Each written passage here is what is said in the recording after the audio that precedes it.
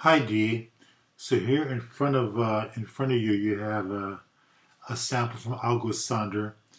Now Sander sought to to depict archetypes. So he classified people by profession. So I'm going to just concentrate on the artists um, because, well, that's a particular interest of mine. So notice how Sander, um, the individual, is less important than the complete picture he's trying to show by showing many portraits.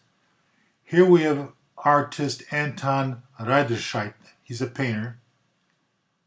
Now check this out. He's dark. He's a dark figure against the empty, desolate landscape, and he's actually pitted against the light tones of the landscape.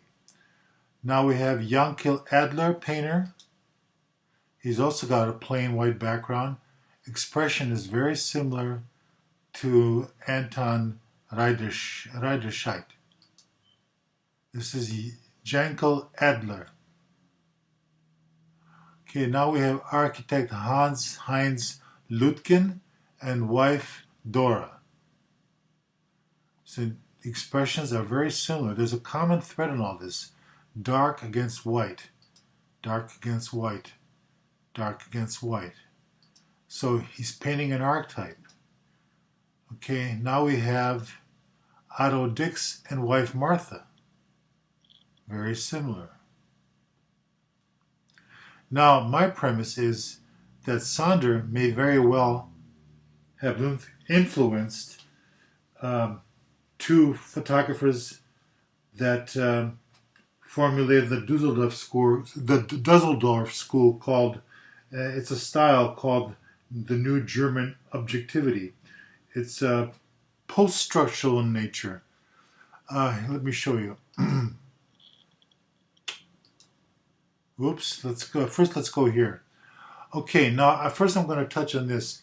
You said that you felt Diane Arbus was influenced by August Sander. Well, you're at least partially right. Here we have Sander's picture of twins, and then we have Diane Arbus's picture of twins. So there is an eerie similarity to the styles. But let's move on. So here we have a picture by the Beckers. Bernd, Bernd, and Hilla, Hilla, Becker, Becher. A couple, a married couple. They founded the Dusseldorf School of the post-structural new objectivity, a German objectivity style. And they influenced many current photographers.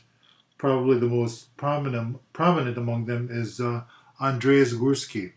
But their style, they were concerned with photographing. They got concerned with photographing old industrial sites in the 1950s, and they described their subjects as buildings where anonymity is accepted to be the style. They were also seeking archetypes, taking a more intellectual approach to looking at what's in front of the camera. So they photographed industrial sites with flat lighting and frontal viewpoints, and their work referenced Germany after World War II. By repeating the images, they instilled a sense of repetition into their imagery. I mean, in the case of these gas tanks here, they're all different. If you look closely, they're all different. But repetition was part of their aesthetic. So their imagery resembled encyclopedic catalogs of buildings presented in a large grid format.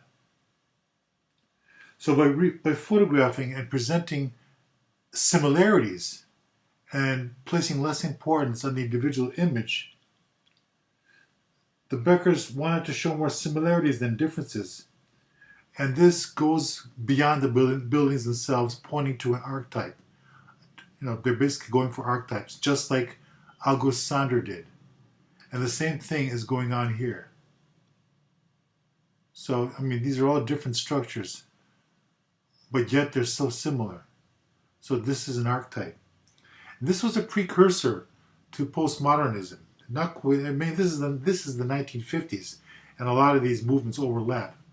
But I just wanted to point this out to you, how August Sander may very well have been, his work may have instilled this kind of sensibility into the German visual schemata. Okay, that's pretty much it for now. I hope you find this interesting. I will talk to you later. We're entering our 6th week. All right, take care.